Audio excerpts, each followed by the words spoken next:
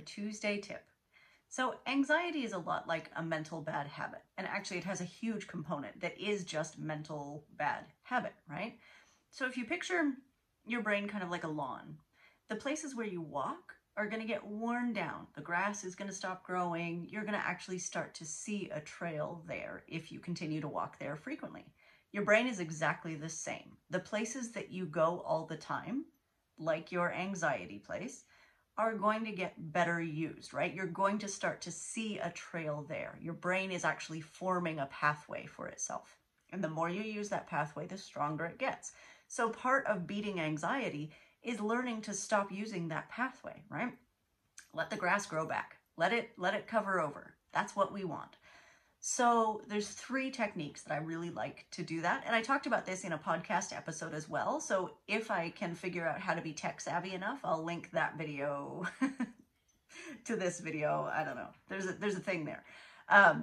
So the first technique that I want you to try is a fantasy. So most people who are human, actually, most people who are human have had negative fantasies at some point, right? What if I file my taxes late and then the IRS comes looking for me and then I get into this whole financial mess and the bottom drops out and I lose my house? Puh. Okay, yeah, that's a lot, right? That is a really big fantasy, but it's really easy to go down rabbit holes like that. So instead of going down a rabbit hole like that, when you notice that you're starting down that road, stop, back it up, and actually think of a positive fantasy, right? Like, what if Brad Pitt shows up on my doorstep with a bouquet of flowers and a box of chocolates and wants to take me to dinner? Or whatever. Yeah, sorry, if you're not my age, then Brad Pitt's probably not the person that you want to do that, but whatever, whoever your person is, right? Think of like the best possible thing that could happen. What if I forgot that I played the lottery 3 years ago and they've been looking for me this whole time to give me $100 million? Like, yeah, it's also probably not going to happen in reality. But you know what? Neither is the thing you're catastrophizing about. So equally plausible. So just go down the positive fantasy instead. Like, build that pathway in your brain rather than the unfun one. Do the fun one. So yeah, try that. If that doesn't work out for you, how about a stop and drop technique? So this is our second technique, stop and drop.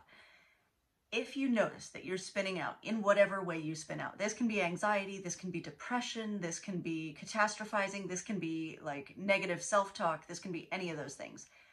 When you start to notice that you're doing that, stop, take a minute, kind of feel where your body's at, right? Probably your shoulders are around your ears and your jaw's probably clenched, lots of things going on. Maybe hands are in fists, whatever it is. Take a minute to kind of feel your body, shake out the parts that need loosening and kind of get comfortable again and let those thoughts drop and just move to something else. That's all, right? It takes nanoseconds. This is not complicated. This is just stop. When you notice something's going on, let it drop and move on to something else, right? And the third one, the third kind of technique to break up a sort of a bad mental habit is actually one that most of us are pretty good at, no matter what. I learned this with my daughter, but distract yourself, right? So if you notice that you're going into that negative self-talk or anxiety or depression spiral, do something else for 5 minutes, right? It could be Candy Crush. It could be whatever. Set a timer, maybe 2 minutes, right? 5 minutes, that might happen a whole lot during the day. So maybe 2 minutes. Set your little timer and do something completely unrelated that takes your mind off of whatever you were thinking about. Takes your mind out of that place, right? Now, we don't want this to become like all of a sudden I'm addicted to Candy Crush or online gaming or whatever my distraction happens to be. Yeah, don't go that far, right? But use something that you know pops your mind out of that space. So if you notice you're going down that road, distract yourself, right? Do something fun.